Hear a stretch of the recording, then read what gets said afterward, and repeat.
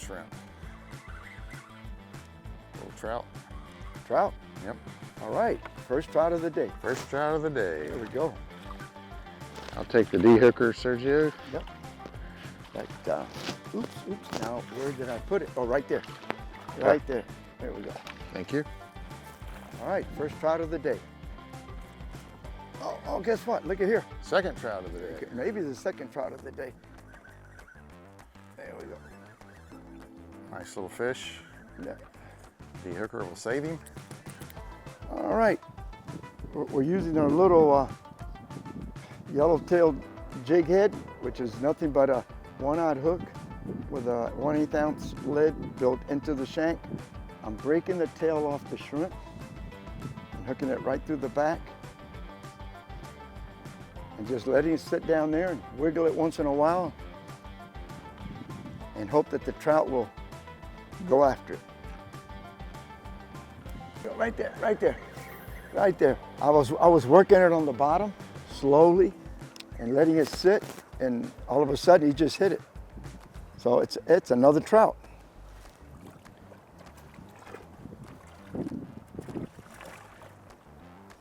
Now, right now, you've got trout got to be no smaller than 15, no bigger than 19, and you can keep 3 of them. But that's a nice fish, and you can tell they're heavy run because they got their winter, they've been winter feeding, so they're pretty heavy. And I better cut my leader because I see it's all frayed right here. I just put some new leader on because I saw that it was frayed, and the worst thing you can do is take a chance, then you get that one big fish, and because you didn't change the leader, you could lose them. So it's a lot cheaper to replace the leader and not lose the fish. I made it about right there, about 30 inches long. And the reason for that is just the other one I already cut 4 or 5 times. Every couple of fish, you'll see that it'll get frayed just above the hook, the eye of the hook. So what I'll do is I'll cut maybe a couple of inches off and retie it. But eventually you get too close to the line. So I like to start with about 30 inches a leader, and that'll give you a chance to maybe catch enough fish before you got to replace the whole leader. If you start too short, you got to replace it too quick.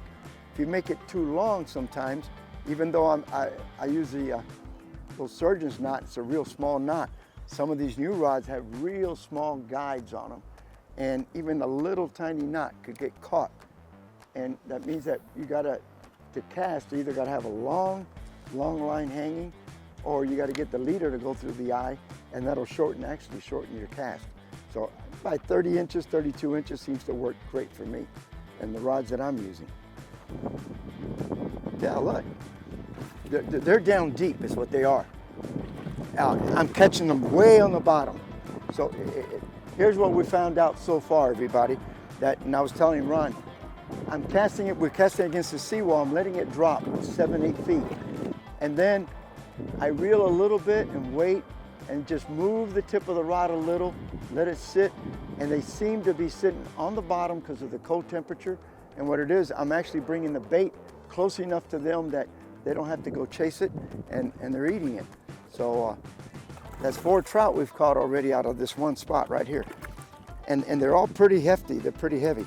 In fact, look at this one. You could tell how he hit it. This one actually swallowed, there it is now, he had swallowed that jig head.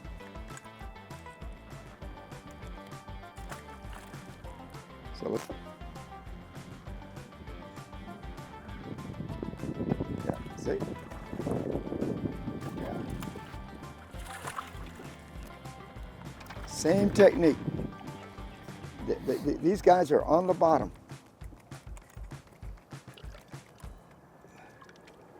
And this is the best thing you can do, especially trout. They have a lot of slime on them that protects them from getting bacteria.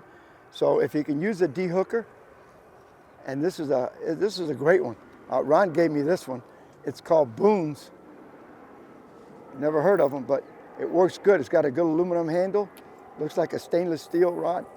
And then all you got to do is you run it over the hook, shake it, and they'll come right off.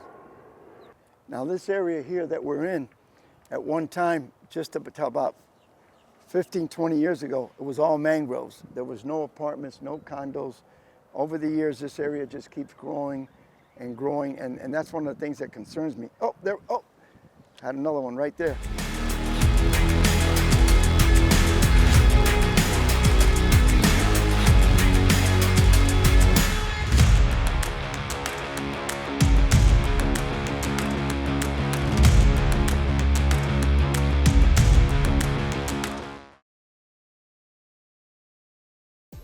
Today what we're at is we got a negative tide, minus 0.22, something like that. It's going to start coming in about another half an hour. So all these flats around us are real shallow. Water temperature down in the 60s. So all these fish are getting forced into this cut. There's a canal that runs right between the boat and the shoreline. And what happens, all these fish that normally will sit out in the flats looking for food, they come in here until this tide gets up high enough and the sun gets out and warms the water. So all we're doing is we're targeting those fish along the seawall. And the reason for that too is as the sun hits that seawall, that cement will heat up and radiate heat underwater. So anywhere within a foot or 2 or 3 feet of that seawall underwater, temperature could be 1, 2 degrees warmer, and that makes a big difference for the fish. So all we're gonna do is we're gonna keep trying and see if we can pull a couple more, but we got a couple of trout out of here already. So let's go for it. Ron, I'm ready. let's go. Let's Yes, catch sir. 'em. Did you get another bite? Yep. Keep them there. Yeah, before GoPro days. And here's this huge guy right down there. I mean, you see how they're pulling down? Now yours are going up and mine over here. Now, see, that's not a bad trout right there. That's a very respectable trout. Let me show you this beauty here.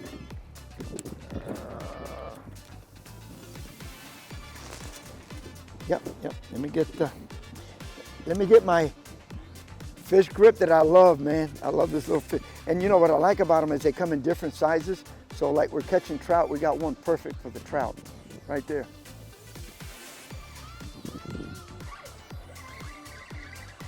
No whiskers. All right.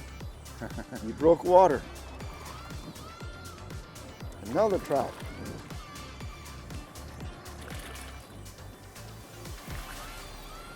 We're breaking in the beaver tail the right way with fish. That's a nice looking trout right there, Ron. Yeah. Always fun to catch. Yeah, there you go.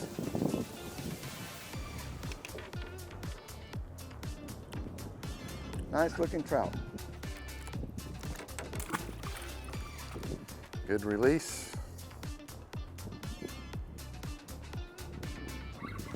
You got him? Yep. There it is, another trout. All right. It's always good to see them break water. Oh, I love that. I love that when they break water like that.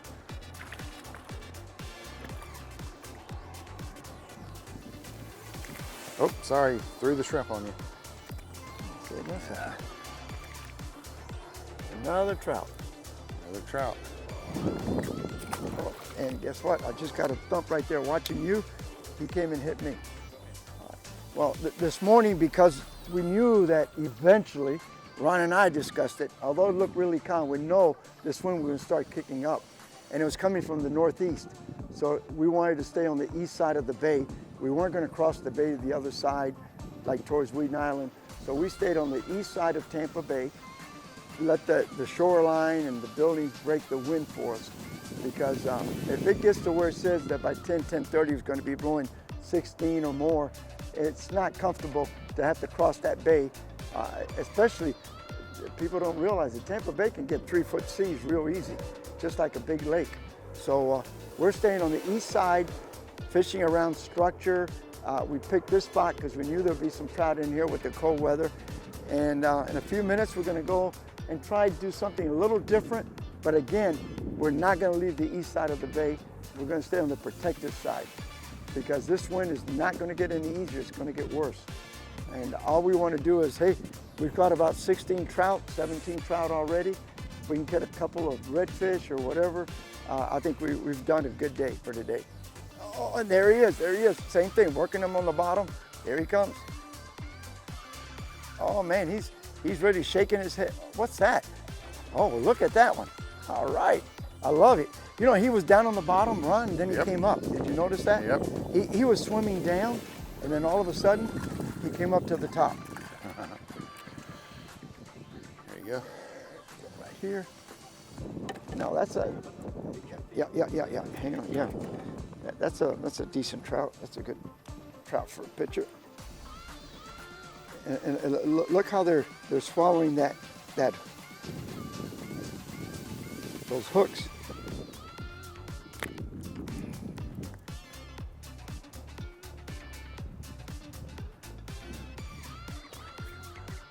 All right.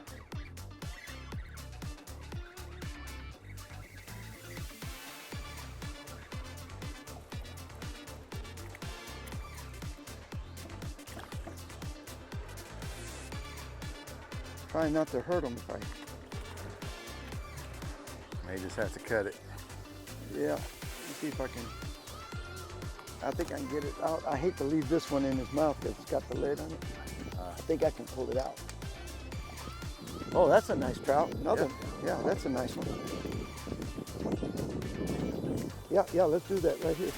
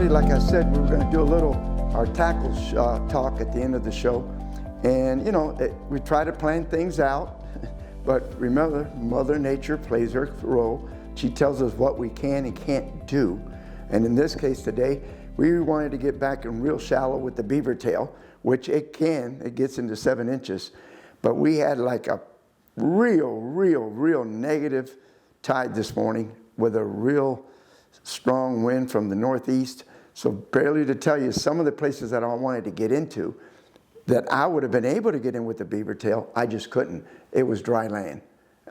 So we had to do number 2 since we're already on the water. We went out to and found an area that is barely no water at all, but it feeds into this man-made canal, and we knew that the trout would get in there. But again, like everything else, it took a while to get the trout going. And when that happens, we have different techniques that we use. But first, let me tell you what I was using and then how we did our technique. Now, number 1 is I use Finn's Wind Tamer line because I like the fins. It works very well. It's thin. You can cast real light jig heads, anything you want with it, even in windy days, and doesn't take a lot of weight for it to go down. Number 2 is sometimes, normally we use 30-pound test fluorocarbon.